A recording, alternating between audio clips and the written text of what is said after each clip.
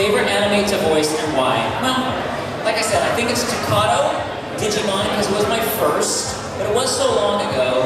So I think I'm really having a lot of fun now with Bungo Stray Dogs. Because this character is tough, but I think he's got a lot of heart and there's a lot of story to him. But he's really strong and really cool. He's very skinny. Got some great clothes. And I just love the artwork. And then as far as watching, I think Durarara is great simply because the musical score is brilliant. It's this jazz fusion that is phenomenal. It's really great if you haven't seen it. Netflix! I was wondering, what are some of the roles or characters that you've really wanted to play but lost out on during auditions? Some of the roles I really wanted to play but lost out on. There was a job, and I don't even know the name of the character, but I just have to say this, the money was crazy good.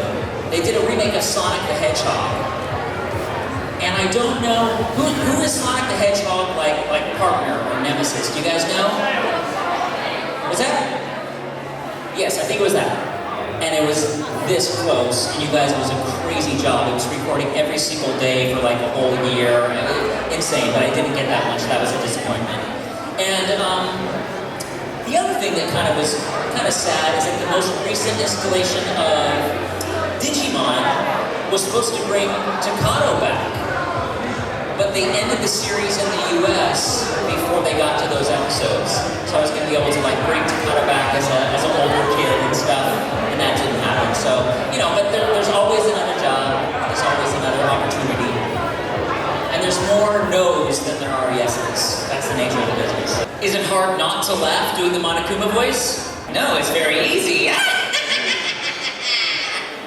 It's really fun. It's really fun. Although there were times when I had to say a couple things that were difficult to get through. Yes. Wendy Lee directed the last game with the Monokubs, and we laughed and laughed and laughed and laughed and laughed. Yeah, he's great. He's really great.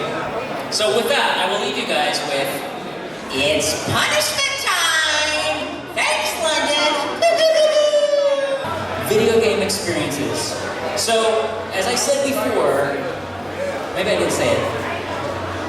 You know when they do the fighting efforts in video games? All like, it's really difficult for me because pushing down on my diaphragm like that makes me feel like I want to throw up. And so every time I do a video game recording, I'm afraid that it's going to happen. So they save that to the last, and I'm like, oh my gosh, you guys, I'm going to get sick on this microphone right now. So I've done lots of video games, but they do freak me out. They make me nervous because of that. And you record for 4 hours a session when you do video games, so it's very difficult on your voice. Monokuma was different than most video games because it's so story-based, it's so much about the lines, it wasn't as much fighting, and so I prefer those kinds of games.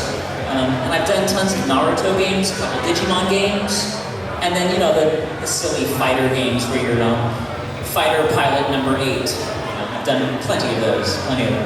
The best blooper, oh my gosh. I will say that sometimes the people in the booth, they want you to do a blooper on purpose because they want to create a blooper reel for the conventions, you know what I mean? I think probably my biggest blooper was I had to sing in an episode of Digimon as a different character other than Takato. And I don't know what I had eaten or whatever, but it was just the hugest burp in the middle of a high note or whatever, and I'm just like, oh! It was really, really bad. But other than that, like, I don't screw up the lines too much. I don't swear, unless they tell me to, if it's a drawer. But yeah, but there's been some doozies. I've heard a lot of crazy blooper reels, but I think a lot of them are fabricated. No, I have never been in a Japanese anime. Oddly enough, I was supposed to be in a new Japanese television show just a few months ago. I can't remember the name of it, but it's all about when the Americans went to Japan for the Olympics. And it's airing every week of 2019 leading up to the Olympics in Japan. And they messed up my work visa. And so they had to cast an American actor who was living in Japan at the time. So that was just a couple months ago.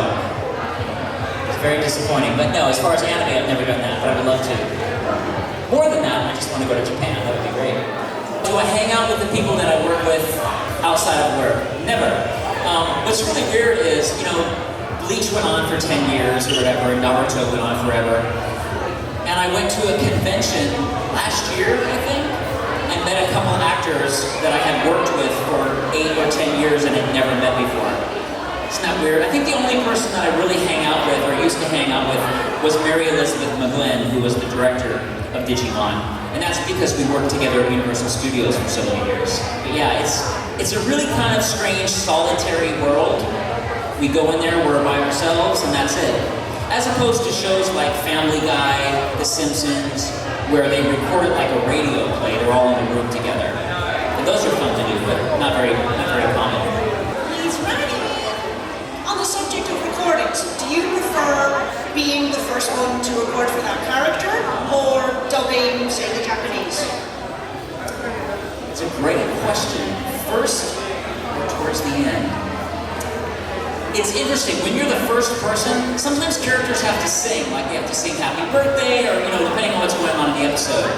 So if you come in towards the end, there's usually 5 or 6 people that have really, messed up that song that you have to match. So I like being first for things like that. For singing or any kind of chanting, I like to lead the musicality of it. It's also weird to come in and all you hear is Japanese except your line.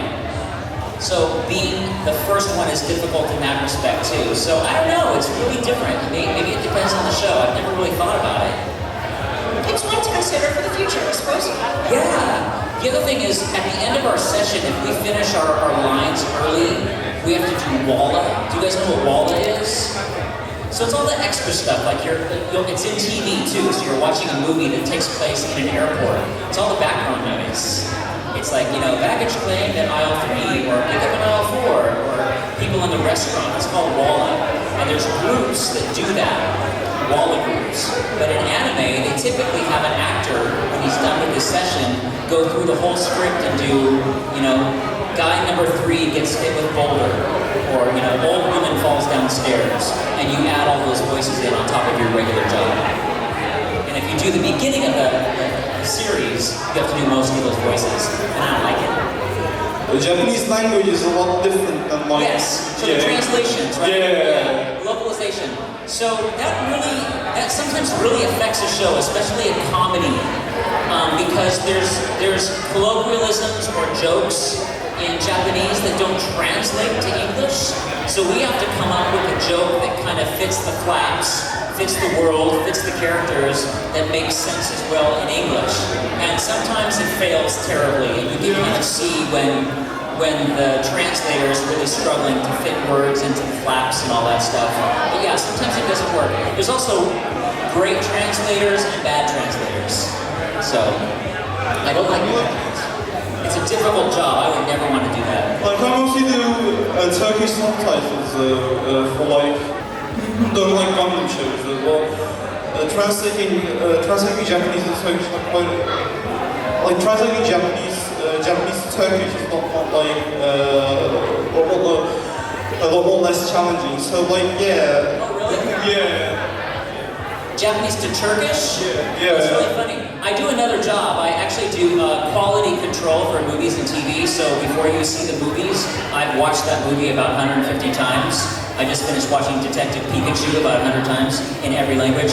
And I do subtitling as well. So I deal with Turkish subtitles all the time. I actually like the look of them. They're easy on the eyes. What you were saying about how sometimes the localization, translation is a little bit wonky. Are you allowed to improvise, or do you have to stick straight to the script? Can we improvise? It depends on the show, I think. It depends on the director and the show. For we definitely could improvise a little bit. And sometimes if your character is off screen or his back is to the camera, so mouth not seen flap, we can say a couple little extra things providing the timing works. And some directors really like that. And especially if you can improvise in an audition, it really helps you book a job. Because there are times when the director has to rewrite a line because it's not fitting the flap. It's too long, it's too short. And they love it when an actor can kind of help them out creatively. Advice to someone who wants to be a voice actor. Learning how to sing is really helpful. it really is helpful to have musicality. For rhythm, tone, having to repeat a line back, if they like everything you did about it, but there was noise on the mic or a plane flew over, that's music. You know, you need to be able to do the line again. Learn how to laugh, learn how to cry, how to make eating sounds, sleeping sounds, running sounds, breathing exercises. Watch some of your favorites, watch cartoons. Don't smoke, don't drink. Learn technology. There's a lot of stuff.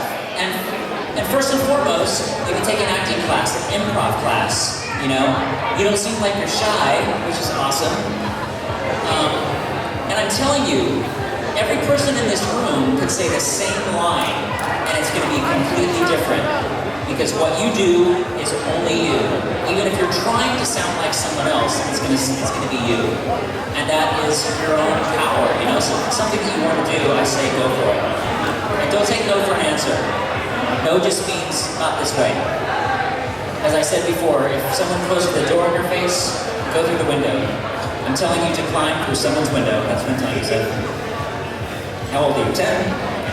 What are the projects you're working on at the moment? Can you talk about it? Okay, so the stuff I'm doing right now, you guys, I'm still doing Sword Art Online and Bumbo Stray Dogs. I just recorded new episodes of those a couple days ago. I'm doing 2 new shows for the Disney Channel, which I can't say the name of, but they're really fun. And then another new show, I don't know where it's going to live yet, but it has to do with drones. People flying drones, and it's really good. And then I'm doing a horror film in Austin, Texas. And I'm doing a movie for, I think it's the Family Channel or Disney Channel back in Los Angeles just next week. And then also, if you guys don't know, I produced my own zombie comedy TV show. It's like Shaun of the Dead meets The Office. And that is on Amazon Prime. It's about actors who kill themselves to become zombies so they can be cast as zombies in TV shows. It's this weird, realized Los Angeles. It's on Amazon Prime. I created the whole show myself, and we won a Primetime Emmy for that show 2 years ago, which was really crazy. So check it out, Amazon Prime, free with a Prime membership. And that's kind of what I'm doing. As I said, I was really excited to come here because I love London. I find you guys to be incredibly polite and kind. We are not so in the States, especially in Los Angeles. So it's really fun to see a community that is so artistic and creative and energetic. I had fish and chips last night, if that's important. It was really good. I'm gonna go see the Harry Potter thing. Is that good? What am I doing? It's like some weird, like, wedding reception tradition, right?